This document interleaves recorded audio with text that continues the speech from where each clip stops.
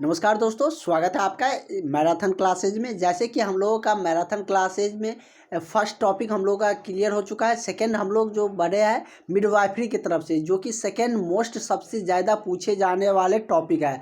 और हम जो मैराथन क्लासेज चला रहे हैं जिसमें कि आपको सारे टॉपिक, सारे वीवीआई क्वेश्चन के साथ जितने भी पूछे जाने वाले क्वेश्चन है सारे के साथ हम लोग इसको समापन करेंगे आपके एग्ज़ाम से पहले।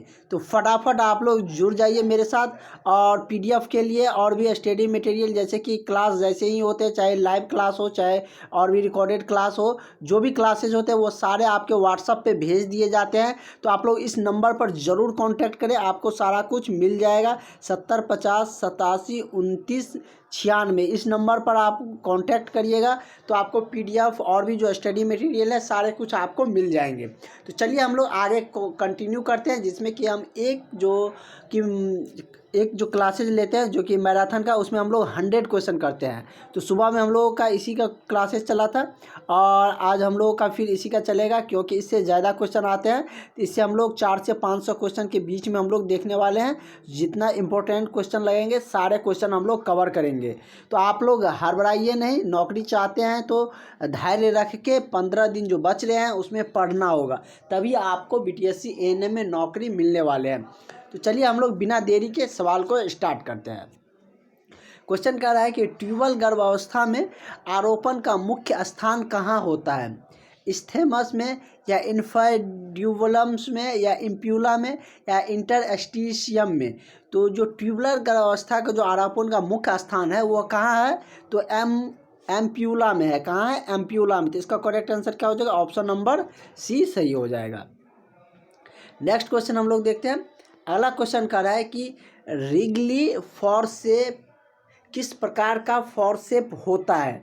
घुमावदार फॉरसेप, या लंबा फॉरसेप, छोटी फॉरसेप, या इनमें से कोई भी नहीं?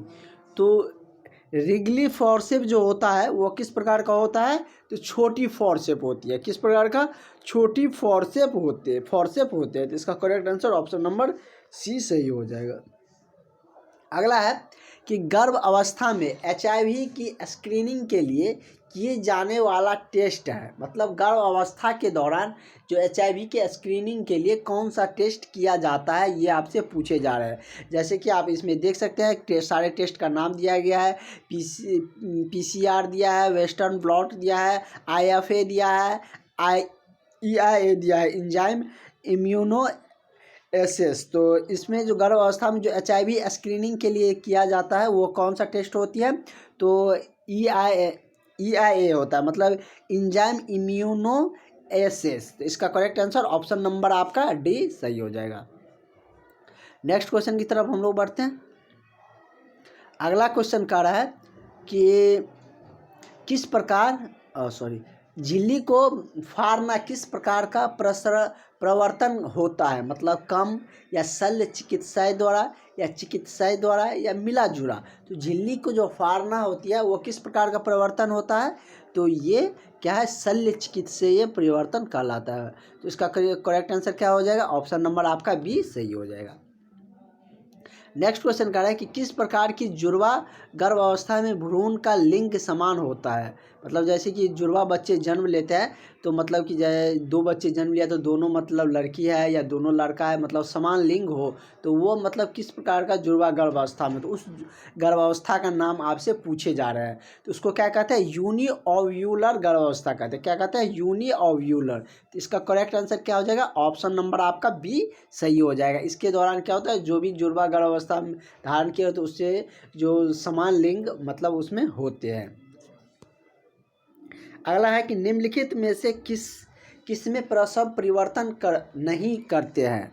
तो प्रसव जो परिवर्तन नहीं करते हैं वो क्या है? उच्च जोखिम गर्भावस्था, या इसमें मतलब कि प्रसव का प्रवर्तन नहीं करते हैं, मतलब यह सबसे ज़्यादा जोखिम होती है। अगला है कि कौन सा एंटीबॉडी अपरा को पार कर भ्रूण तक पहुंचती है? तो इस एंटीबॉडी का आपको नाम बताना है। इसका मतलब जैसे कि इसमें दिया गया आईजीजी, आईजीएम, या आईजीएफ, आईजीए। तो उस एंटीबॉडी को क्या कहा जाता है? तो उसे आईजीजी कहा जाता है। तो इसका करेक्ट आंसर क्या हो जाएगा? ऑप्शन नंबर आपका ए सही हो जाएगा। नेक्स्ट क्वेश्चन की तरफ बढ़ते हैं। अगला क्वेश्चन कह रहा है कि जुड़वा गर्भावस्था में इंजेक्टोसिन सामान्य प्रसव में किसके डिलीवरी के बाद देना चाहिए? तो ये कब दिया जाता है? तो दूसरा जुड़वा के बाद। कब दिया जाता है? मतलब कि दूसरा जुड़ाव के बाद। तो इसका करेक्ट आंसर क्या हो जाएगा? ऑप्शन नंबर आपका सी सही हो जाएगा। नेक्स्ट क्वेश्चन की तरफ बढ़ते हैं। अगला क्वेश्चन कह रहा है कि अंतर गर्भाशय भ्रूण मृत्यु द्वारा उत्पन्न गहन जटिलता है, क्या है? DIC या रेटिनोपैथी या कार्डियोकार्सिनोमा या ट्रांसफ्यूशन सिंड्रोम। तो इसको जो कहे जाते हैं वो गहन जटिलता क्या है? तो वो आपका है DIC। क्या है? DIC। तो इसका करेक्ट आंसर आपका ऑप्शन नंबर ए हो जाएगा। अगला क्वेश्चन है कि कार्ड प्रोलैक्स में जब कार्ड प्रस्तुति भाग के आगे की तरफ होती है तब झिल्ली की अखंड होती है, उसे क्या कहते हैं? तो उस झिल्ली को क्या कहा जाता है? तो उसको कार्ड प्रस्तुति कहा जाता है। क्या कहा जाता है? कार्ड प्रस्तुति। अगला क्वेश्चन है कि LSCS के बाद माँ को स्तनपान कब शुरू करना चाहिए? ऑपरेशन के आधे घंटे बाद, मतलब जब LSCS के बाद जो माँ अपने बच्चे को दूध पिलाता है तो वो कब देनी चाहिए, ये आपसे पूछे जा रहे हैं। ऑपरेशन के आधे घंटे बाद, या ऑपरेशन के तुरंत बाद, या ऑपरेशन के अगले दिन, या ऑपरेशन के 4 घंटे बाद। तो यह कब दिया जाता है? तो ऑपरेशन के 4 घंटे बाद स्तनपान करवाया जाता है। तो इसका करेक्ट आंसर क्या हो जाएगा? ऑप्शन नंबर आपका डी सही हो जाएगा। नेक्स्ट क्वेश्चन की बात करते हैं। नेक्स्ट क्वेश्चन कह रहा है कि तंत्रिका पेशीय मेलजोल में व्याख्यान में प्रयोग किए जाने वाला शब्द है। व्याख्यान में तंत्रिका जो पेशीय मेलजोल है उसके व्याख्यान में कौन सा शब्द प्रयोग किया जाता है? पोलरिटी या फंडल अधिकारता या संकुचन या रिट्रैक्शन। तो इसको क्या कहा जाता है? तो इसे मतलब कि पोलेरिटी कहा जाता है। क्या कहा जाता है? पोलेरिटी। तो इसका करेक्ट आंसर ऑप्शन नंबर ए सही हो जाएगा। अगला है कि भारत में निम्न में से कौन सा कारण माँ की मृत्यु दर को अधिक प्रभावित करता है? तो इसके बारे में हम लोग देखे भी थे। तो इसका क्या हो जाएगा? मतलब अमीनिया के कारण भी होते हैं और टॉक्सीमिया के कारण भी होता है। तो इसका करेक्ट आंसर क्या हो जाएगा? मतलब ऑप्शन नंबर सी हो जाएगा। हेमरेज के कारण भी बहुत सारा मृत्यु दर पाए जाते हैं। अगला है कि एड्स की रोकथाम में उपयोगी गर्भ निरोधक है, क्या? नसबंदी, कॉन्डोम, या स्त्री नसबंदी, या गर्भ निरोधक गोलियां। तो ये आप सबको पता भी होंगे कि एड्स के रोकथाम के लिए निरोधक क्या होता है? उपयोगी निरोधक क्या होता है? कॉन्डोम होता है। तो इसका करेक्ट आंसर क्या हो जाएगा? ऑप्शन नंबर आपका बी सही हो जाएगा।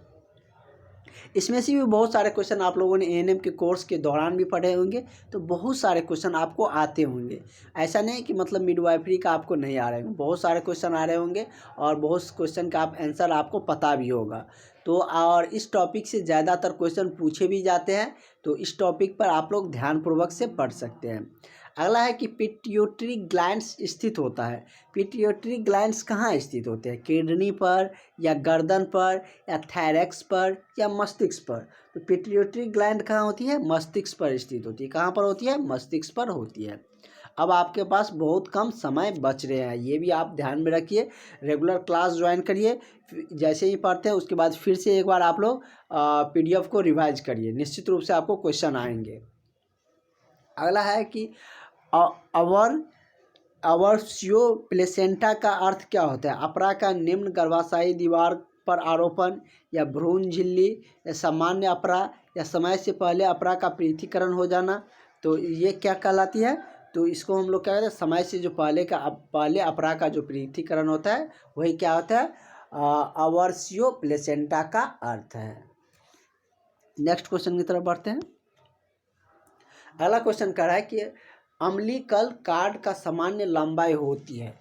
अम्बिलिकल कार्ड का सामान्य लंबाई कितनी होती है? 10 सेंटीमीटर, 20 सेंटीमीटर, 50 सेंटीमीटर, या 75 सेंटीमीटर।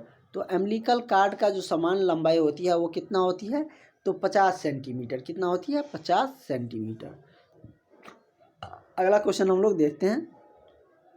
अगला क्वेश्चन कह रहा है कि निषेचन के लिए शुक्राणु का जीवन होता है।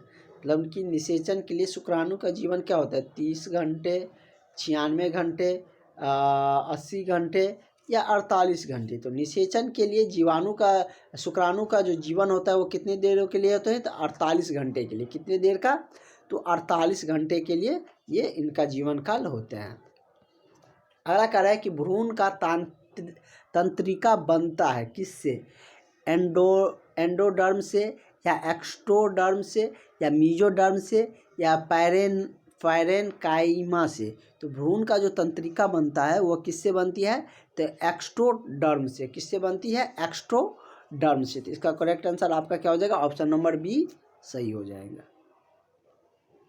नेक्स्ट क्वेश्चन की तरफ बढ़ते हैं। अगला क्वेश्चन कर रहा है कि मीनार की शुरू होने की औसतन आयु क्या होती है, 12 से 14 वर्ष या 14 से 16 वर्ष या 16 से 18 वर्ष या 18 से 20 वर्ष।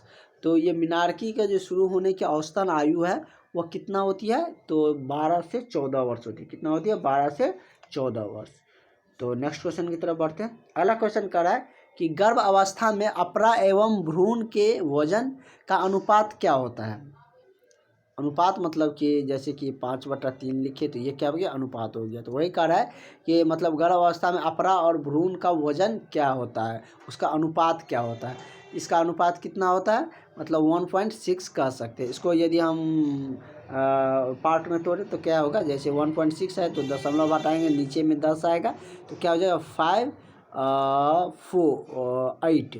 ये क्या हो जाएगा, मतलब अपरा का 8 भाग होता है, भ्रूण का कितना भाग होता है, मतलब 5 भाग होता है। तो इसका वजन इस अनुपात में रहते हैं, 1.6 के अनुपात में।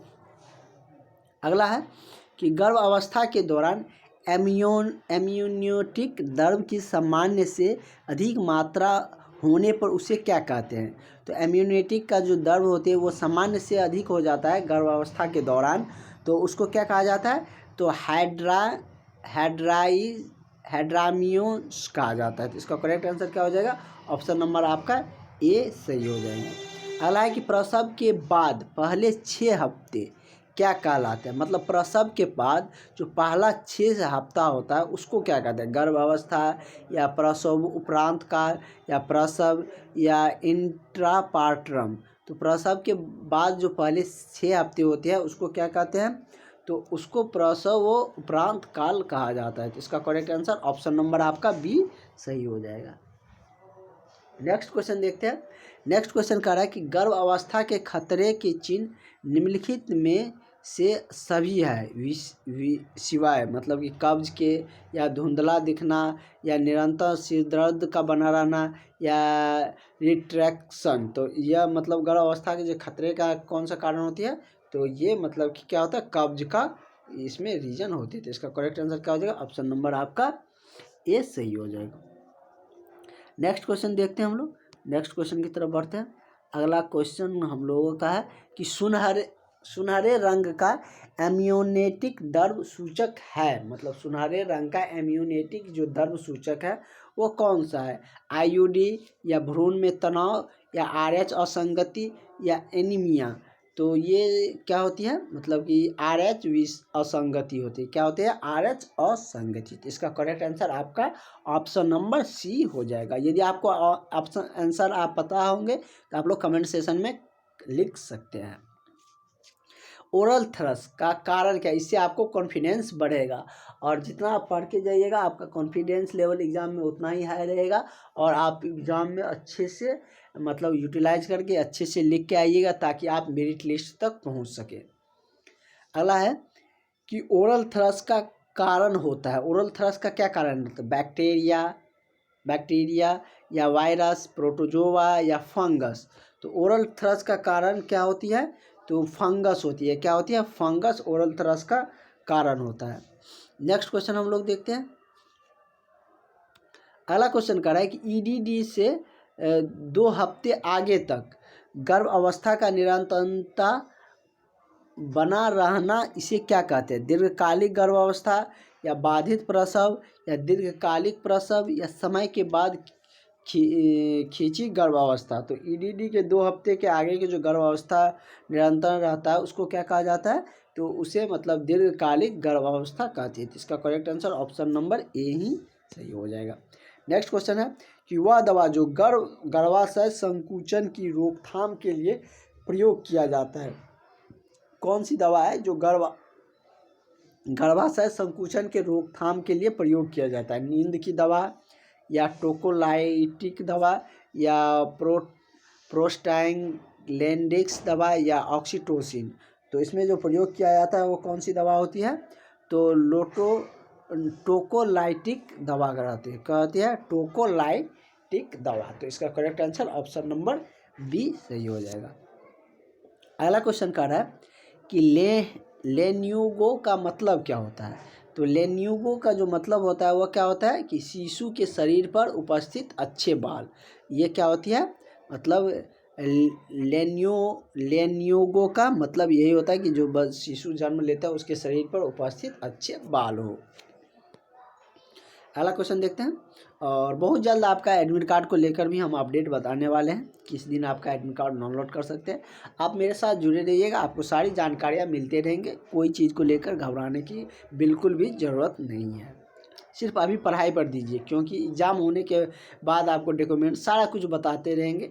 सिर्फ अभी पढ़ाई पर दीजिए, क्योंकि डॉक्यूमेंट्स वेरिफिकेशन भी तब उन्हीं के लिए होगा जिसका रिजल्ट होगा। जिसका रिजल्ट नहीं होगा वो डॉक्यूमेंट्स वेरीफाई करने के लिए उसको बुलाया ही नहीं जाएगा। अगला है कि ब्रैक्सटन हिक्स का मतलब क्या होता है? पीड़ा सहित गर्भाशय संकुचन, या गर्भाशय तनाव न होना, या पीड़ा रहित गर्भाशय संकुचन, या गर्भाशय तनाव बढ़ना। तो ब्रैक्सटन हिक्स का मतलब होता है, क्या होता है?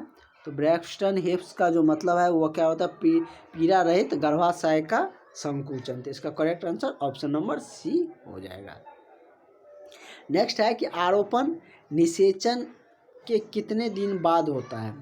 तो आरोपण निषेचन के 7वें दिन होते हैं। कब होते हैं? 7 दिन बाद आरोपण निषेचन के बाद होते हैं। अगला क्वेश्चन हम लोग देखते हैं।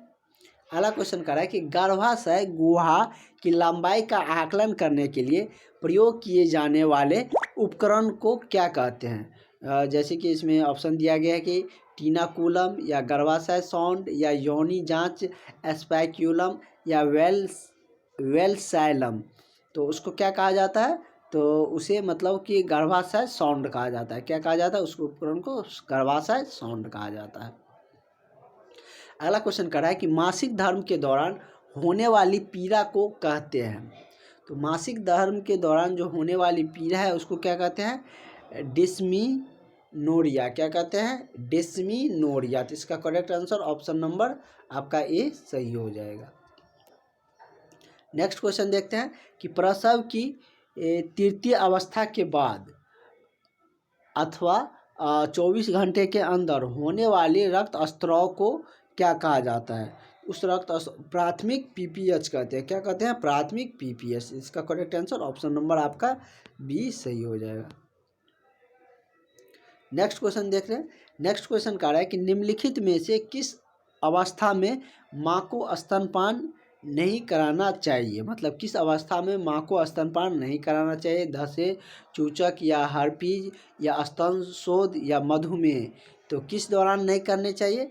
तो स्तन शोध के दौरान मतलब माँ को स्तनपान नहीं कराना चाहिए, बच्चों को दूध नहीं पिलाना चाहिए। तो इसका करेक्ट आंसर क्या हो जाएगा?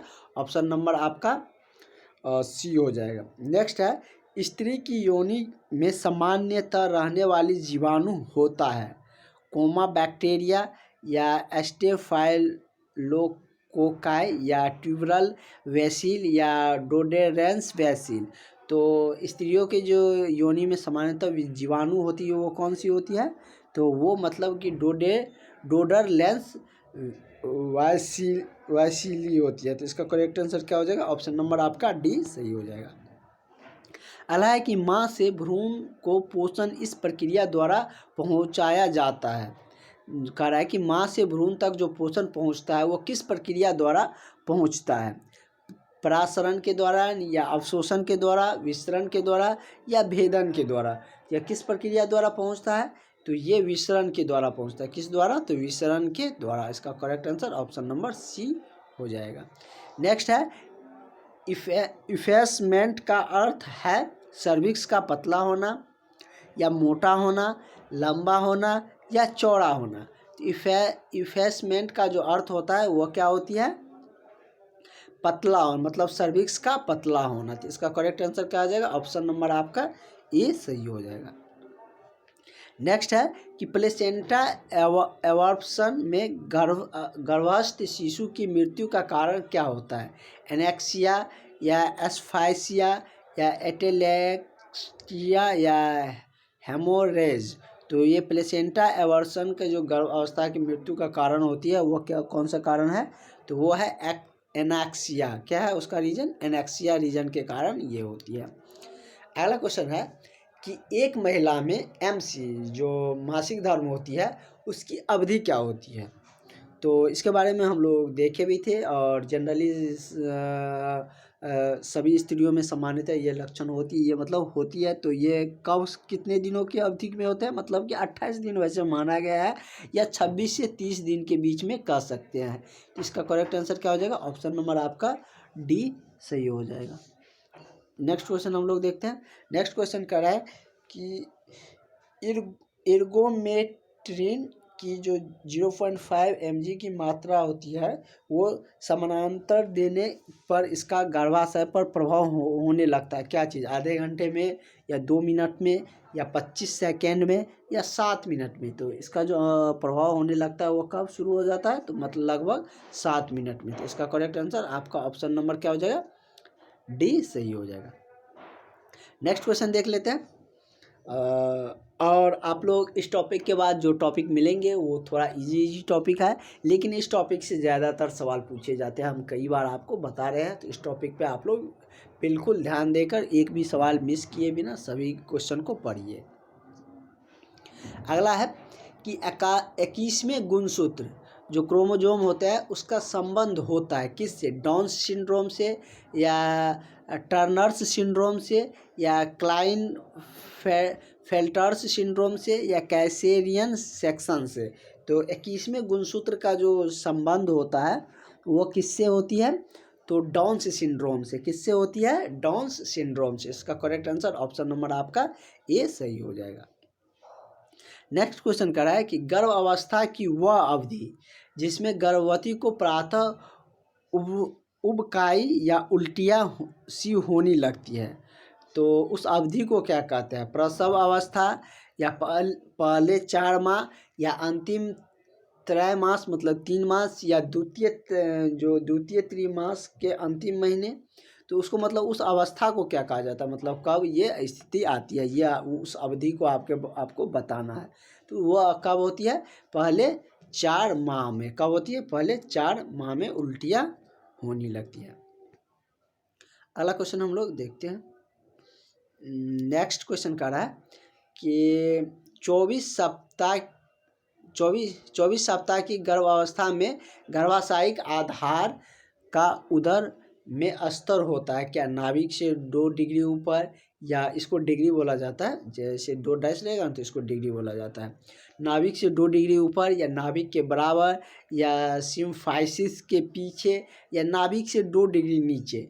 तो यह का 24 सप्ताह के बाद का मतलब उसका आधार का जो उदर होता है उसका स्तर क्या रहता है, तो ये मतलब नाभिक के बराबर होती है, लगभग नाभिक के बराबर ही होती है। तो इसका करेक्ट आंसर ऑप्शन नंबर आपका बी सही हो जाएगा। अगला क्वेश्चन कह रहा है कि निम्न में से एक को छोड़कर शेष सभी नैदानिक लक्षण गर्भावस्था में खतरे का संकेत देते हैं। क्या है, मतलब वाइजाइनल ब्लीडिंग या कंस्टिसेप्शन या जो पर्टिटेंट हेडेट या एडिमा। तो यह क्या होती है, तो ये मतलब कि कंस्टिपेशन होते हैं। तो इसका करेक्ट आंसर ऑप्शन नंबर आपका बी हो जाएगा। अगला है कि अंतःघूर्णन का नाम सामान्यतः प्रसव में होता है क्या, 3/8 डिग्री या 60 डिग्री, 45 डिग्री या 180 डिग्री।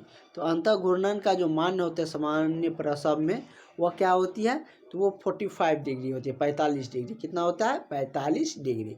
इसका करेक्ट आंसर आपका ऑप्शन नंबर सी हो जाएगा। और जो भी अभी तक पीडीएफ नहीं लिए हैं, निश्चित ही पीडीएफ ले लीजिए, आपको डायरेक्ट बेनिफिट होने वाले हैं। इसे आपको मतलब कि रिवाइज कर पाइएगा, जिससे कि आपके मतलब कि क्वेश्चन आपके माइंड में एग्जाम तक रहेंगे। अगला है कि निम्न में से कौन सा चिन्ह गर्भावस्था के खतरे का संकेत नहीं होता है। तो गर्भावस्था के खतरे का संकेत क्या नहीं है, तो ये मतलब कि हम देखें तो जो एस्ट्रियोग्रेवी ड्रम ही मतलब ऐसा है जो कि खतरे का संकेत नहीं होता है। तो इसका करेक्ट आंसर ऑप्शन नंबर ए हो जाएगा। अगला है कि अपरा का भार अधिक होता है सामान्य गर्भाशय से, या प्रसूता गर्भाशय से, या पश्चनित गर्भाशय से, या गर्भवती गर्भाशय से।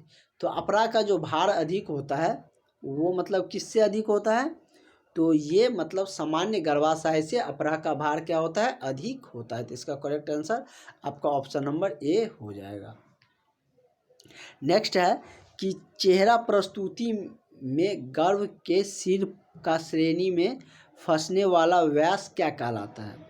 तो उस व्यास को हम क्या कहते हैं, सबमेंटोब्रिगमेटिक डायमीटर। क्या कहते हैं, सबमेंटोब्रिगमेटिक डायमीटर। तो इसका करेक्ट आंसर क्या हो जाएगा, ऑप्शन नंबर आपका डी हो जाएगा। इसको मतलब तोड़ के पढ़िएगा तो आसान हो जाएगा। जैसे कि लिख दीजिएगा सब, ऐसे सब मेंटो, उसके बाद क्या है मेंटोब्रीमीटर, ब्रिग है ब्रिग मीटर सब मेंटोब्रिगमीटर डायमीटर। अगला है कि गर्भ वेस्टन के पुटीय अपजनन को कहते हैं। मतलब गर्भ वेस्टन जो पुटीय होते हैं उस अपजनन को क्या कहते हैं। तो उस अपजनन को क्या कहा जाता है, जल स्फोट रूपी मांसपिंडी। तो इसका करेक्ट आंसर क्या हो जाएगा, ऑप्शन नंबर आपका डी सही हो जाएगा। अगला है कि स्त्री में LH हार्मोन स्त्रव होता है। ये हार्मोन का नाम है LH। तो वो कह रहा है कहाँ से मतलब कि स्त्रव होता है। तो ये इसका हम यदि बात करें तो ये कहाँ से होता है, एंटेरियो पेट्रियट्री से होता है। कहाँ से, एंटेरियो पेट्रियट्री से। तो इसका करेक्ट आंसर क्या हो जाएगा, ऑप्शन नंबर ए हो जाएगा। इसको हिंदी में भी लिख सकते हैं, एंटेरियो